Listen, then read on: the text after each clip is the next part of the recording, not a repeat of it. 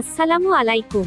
বঙ্গোপসাগরে তৈরি হওয়া নিম্নচাপটি এখন ধীরে ধীরে শক্তি সঞ্চয় করছে এবং জিএফএস মডেল অনুযায়ী এটি ঘূর্ণিঝড়ে রূপ নিতে পারে আগামী 2 থেকে 3 দিনের মধ্যেই। এটির ফলে বাংলাদেশ ও ভারতের পশ্চিমবঙ্গ দুই অঞ্চলেই উল্লেখযোগ্য প্রভাব পড়তে পারে। চলুন সরাসরি জানি কোথায় কোথায় কী ধরনের প্রভাব পড়তে যাচ্ছে।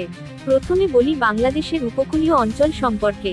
ঘূর্ণিঝড়টি যদি উত্তর বা উত্তর পূর্ব দিকে অগ্রসর হয়, তাহলে সবচেয়ে বেশি প্রভাব পড়বে চট্টগ্রাম, কক্সবাজার, পটুয়াখালী, বরগুনা, খুলনা ও ভোলা জেলায়।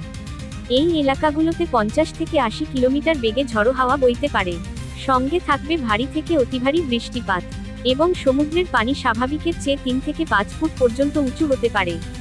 এর ফলে উপকূলীয় নিচু এলাকাগুলোতে জলোচ্ছ্বাস ও অস্থায়ী প্লাবনের ঝুঁকি তৈরি হবে। এছাড়া বরিশাল ও যশোর অঞ্চল পর্যন্ত এই ঘূর্ণিঝড়ের প্রভাব অনুভূত হতে পারে, যেখানে প্রবল দমকা হাওয়া ও বজ্রসহ বৃষ্টি দেখা দেবে। ঢাকা, ময়মনসিংহ, সিলেট ও চট্টগ্রাম বিভাগের অভ্যন্তরভাগেও বৃষ্টি বৃদ্ধি পাবে। আর বাতাসে আর্দ্রতা ও তাপমাত্রা কিছুটা কমে গিয়ে শীতল ভাব আসতে পারে। এখন আসি পশ্চিমবঙ্গের প্রভাবের দিকে। জিএফএস মডেল অনুযায়ী যদি ঘূর্ণিঝড়টি উত্তর পশ্চিমমুখী থাকে, তাহলে এর প্রভাব পড়বে দক্ষিণ 24 পরগনা, উত্তর 24 পরগনা, পূর্ব মেদিনীপুর, কলকাতা ও হাওড়া জেলা জুড়ে। এই এলাকাগুলোতে ঘূর্ণিঝড়ের আগের দিন থেকেই বজ্রসহ বৃষ্টিপাত ও দমকা হাওয়া শুরু হবে এবং উপকূলের সাগরপাড়ে বাতাসের গতি ঘন্টায় 60 থেকে 90 কিলোমিটার পর্যন্ত পৌঁছাতে পারে। পশ্চিমবঙ্গ উপকূলে জলোচ্ছ্বাসের উচ্চতা হতে পারে 2 থেকে 4 ফুট। বিশেষ করে সুন্দরবন সংলগ্ন এলাকায় সাগরের পানি উঠে আসতে পারে। সেই সঙ্গে গাছপালা ও বিদ্যুৎ খুঁটি উপড়ে পড়ার ঝুঁকিও থাকবে। এছাড়া কলকাতা, হুগলি, নদিয়া ও মুর্শিদাবাদ জেলাগুলোতেও বৃষ্টিপাতের সম্ভাবনা রয়েছে, যদিও সেখানে বাতাসের গতি তুলনামূলক কম থাকবে।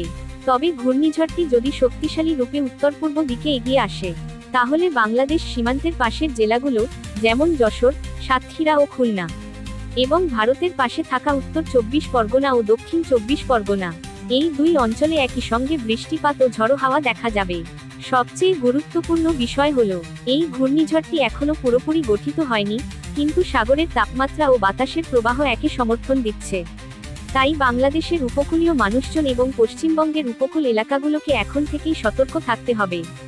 নৌযান, ট্রলার ও মাছ ধরার নৌকাগুলোকে যত দ্রুত সম্ভব নিরাপদ আশ্রয়ে ফেরানো জরুরি। উপকূলের মানুষজনকে পরবর্তী সরকারি ঘোষণার ওপর নজর রাখতে হবে।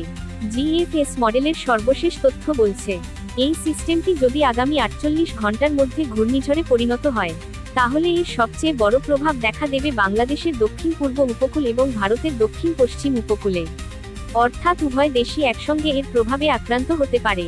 সংক্ষেপে বলা যায়, বাংলাদেশে উপকূল থেকে শুরু করে রাজধানী পর্যন্ত বৃষ্টির প্রভাব ছড়িয়ে পড়বে, আর পশ্চিমবঙ্গে উপকূল থেকে কলকাতা পর্যন্ত থাকবে ঝড়ো হাওয়া ও ভারী বৃষ্টি। তাই সবাইকে এখন থেকেই সচেতন থাকতে হবে। আপনি যদি উপকূলীয় এলাকায় থাকেন, এখনই প্রস্তুতি নিন, আশ্রয়কেন্দ্রের অবস্থান জেনে রাখুন। আর যদি শহরে থাকেন, বিদ্যুৎ, পানি ও যোগাযোগে সম্ভাব্য সমস্যা মাথায় রেখে প্রয়োজনীয় ব্যবস্থা নিন। ভিডিওটি ভালো লাগলে অবশ্যই একটি লাইক দিন। কমেন্টে লিখে জানান আপনি কোন জেলা থেকে এই আপডেটটি দেখছেন। আর পরবর্তী ঘূর্ণিঝড় আপডেট পেতে এখনই চ্যানেলটি সাবস্ক্রাইব করে বেল আইকন প্রেস করুন। পরবর্তী ভিডিওতে জানাবো, ঘূর্ণিঝড়টি কোন নামে পরিচিত হবে এবং এটি কবে উপকূলে আঘাত হানতে পারে। ততক্ষণ পর্যন্ত সবাই সতর্ক থাকুন, নিরাপদ থাকুন, আর চোখ রাখুন আবহাওয়ার সর্বশেষ খবরের ওপর।